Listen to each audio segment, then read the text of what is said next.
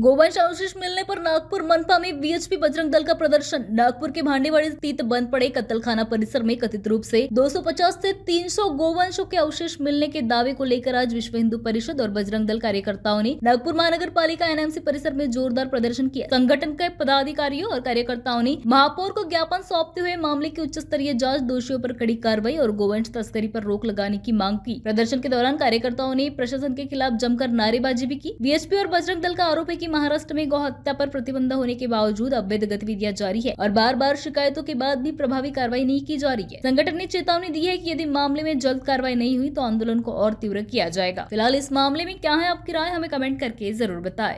हम सभी जानते हैं कि ईद के दूसरे दिन भांडेवाड़ी जो कचरा डंपिंग यार्ड है वहाँ पे लगभग 300 से 400 जो हमें दिखाई दे रहे थे, ऐसी गौ माता के अवशेष वहाँ पर हमें कटे हुए दिखाई दिए।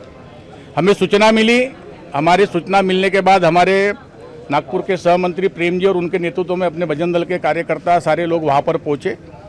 देखने के बाद तो पहले इसमें लग रहा है कि कम से कम 300 जो अवशेष ऊपर में दिख रहे थे, उतने ही 2-3 बड़े गड्ढे खोदकर जेसीबी से वहाँ पर और गौ माता के अवशेष वहाँ पर डाल दिए जा रहे थे। यानी लगभग ये आंकड़ा 1000-1500 के ऊपर का होना चाहिए, ऐसा हमें मालूम हो रहा है। इतना बड़ा प्रकरण होने के बाद भी जो वहाँ के कर्मचारी है महानगर पालिका के, उनका कहना है कि हमको इसका कोई पता नहीं। क्या फिर ये गौ माता खुद चलकर आई है?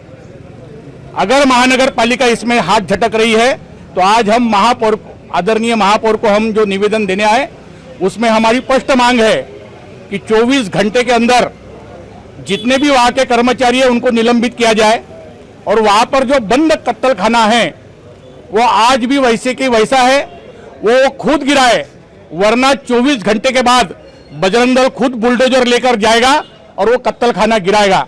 जय श्री राम। दूसरा विषय, हम इसके बाद कमिश्नर साहब को भी मिलने जा रहे हैं। माननीय कमिश्नर साहब को भी यही निवेदन दे रहे कि आज से लगभग 8 दिन पहले हमारे कार्यकर्ताओं ने, बजरंग दल के कार्यकर्ताओं ने अपने जान पर खेलकर 7-8 गौवंश बचाए थे। तो वहां के जो पार्टी के पिया हैं उन्होंने हमारे कार्यकर्ताओं पे डकैती की केस लगाई। कितने समय में? 2 घंटे में। आज लगभग 4 दिन होने के बाद भी पुलिस प्रशासन हाथ पर हाथ धरकर बैठा है। यह बिल्कुल अभी बजरंग दल सहन नहीं करेगा। अगर पुलिस में अगर ताकत नहीं है तो इन कसाईयों को बाहर से खींचकर लाकर पुलिस प्रशासन को देने की ताकत अब बजरंग दल भी रखता है। ये बात ध्यान में रख लेनी चाहिए। सत्ता किसकी है उससे हमें कोई लेना देना नहीं है। गौ माता हमारी माँ है। चाहे वो कांग्रेस की सत्ता रहती तो भी ये आंदोलन होता था, ये भारतीय जनता पार्टी की सत्ता है तो भी आंदोलन होगा। अगर हमको न्याय नहीं मिला तो इससे भी बड़ा तीव्र आंदोलन हम करेंगे। सत्ता किसकी से हमें कोई लेना देना नहीं है। यह आस्था का प्रश्न है और हिंदुओं के आस्था के साथ इतना बड़ा खिलवाड़ अब बजरंग दल बिल्कुल सहन नहीं करेगा। 2 साल से नागपुर कमिश्नर को और यहाँ के स्थानीय लोगों को बता बताकर हम भी थक गए हैं। 2 साल से इतने बड़े प्रमाण पे कत्ल हो रही है गाय की, पर पुलिस प्रशासन को और माननीय कमिश्नर साहब को इनकी तरफ देखने की भी आवश्यकता नहीं है। आज हम यह मांग लेकर आए, एक तो तत्काल पहले महानगर पालिका के उतने कर्मचारी जो इसमें लिप्त है उनको वहां पर तुरंत निलंबित किया जाए। कत्तलखाना अगर 24 घंटे के अंदर ये नहीं गिराते तो हम अपना बुलडोजर लेकर जाएंगे। इसमें लॉ एंड ऑर्डर अगर बिगड़ता तो ये महानगर पालिका की जवाबदारी रहेगी। दूसरा, कमिश्नर साहब से भी हम मांग कर रहे हैं, दोनों थाने के पीआई सस्पेंड किए जाए, एक पारडी और दूसरा वाठोड़ा। अगर नहीं होता है तो 24 घंटे के बाद, जो भी 24 घंटे के बाद गुरुवार के दिन सुबह 11 बजे बरकत चौक पर हम आत्मदहन की घोषणा आपके सामने कर रहे हैं। सरकार और प्रशासन के विरोध में हम आत्मदहन करने जा रहे हैं गुरुवार को सुबह 11 बजे बरकत चौक पर।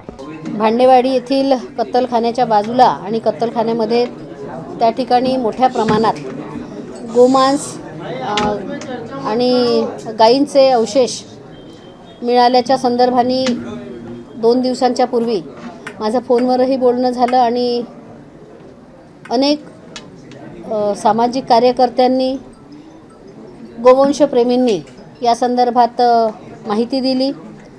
शासकीय कारवाई या ठिकाणी करण्यात आली। त्या ठिकाणचे अवशेष तपासणीसाठी पाठवण्यात आले की गोहत्या झालेली आहे का काय. जे व्हिडिओ फुटेज मिळाले आहे त्यामधून वगैरे साधारणतः प्रथमदर्शनी असं लक्षात येते की गोहत्या आहे. सगळ्यांची मागणी आहे आणि खऱ्या अर्थाने गोहत्या ही आपल्या इथे प्रतिबंधित आहे.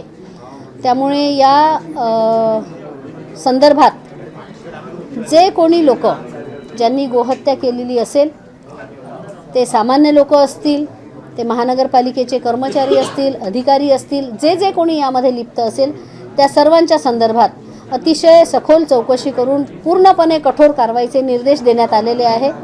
आणि मागणी आहे की ताबडतोबीने हा कत्तलखाना जमीनदोस्त करावा. तर अत्यंत आजच्या आज जरी हे शक्य नसलं जमीनदोस्त करणं, तरीसुद्धा त्या संदर्भात कुठल्या दुसऱ्या गोष्टींची गरज आहे, त्याच्या काय इतर उपाययोजना आहे, या सगळ्या गोष्टींची माहिती घेऊन त्या संदर्भाने मात्र आज जमीनदोस्त करत नसलो तरीसुद्धा आज आत्ता ताबडतोब या क्षणी तो कत्तलखाना अत्यंत कठोरपणे सील करण्यात येत आहे, करण्याचे निर्देश देण्यात आलेले आहे. आणि ह्या दोन्ही संदर्भात जे जे दोषी असेल त्यांच्यावर कारवाई आणि कत्तलखान्याच्या संदर्भातली त्या ठिकाणची म्हणजे उपयोगिता संपवणे हा निर्णय घेण्यात आलेला आहे. शहरामध्ये किती ठिकाणी अवैध कत्तलखाने आहेत ही देखील माहिती घ्यायची आहे, ही देखील माहिती घेण्यात येत आहे. आणि असे जे लोक असतील अवैध कत्तलखाने चालवणारे आणि त्या ठिकाणी यांना सहकार्य करणारे, त्या सर्वांवरही अतिशय कठोर कारवाई केली जाईल. त्याशिवाय ज्यांच्याकडे लायसन नाही असे जे काही लोक असतील त्यांच्यावरही पूर्णपणे कठोर कारवाई निश्चितपणे केली जाईल. कुठल्याही प्रकारे गोवंशप्रेमींवर त्यांच्या भावना दुखावणार नाही, त्यांना सहकार्य करण्याची पूर्णपणे महानगरपालिका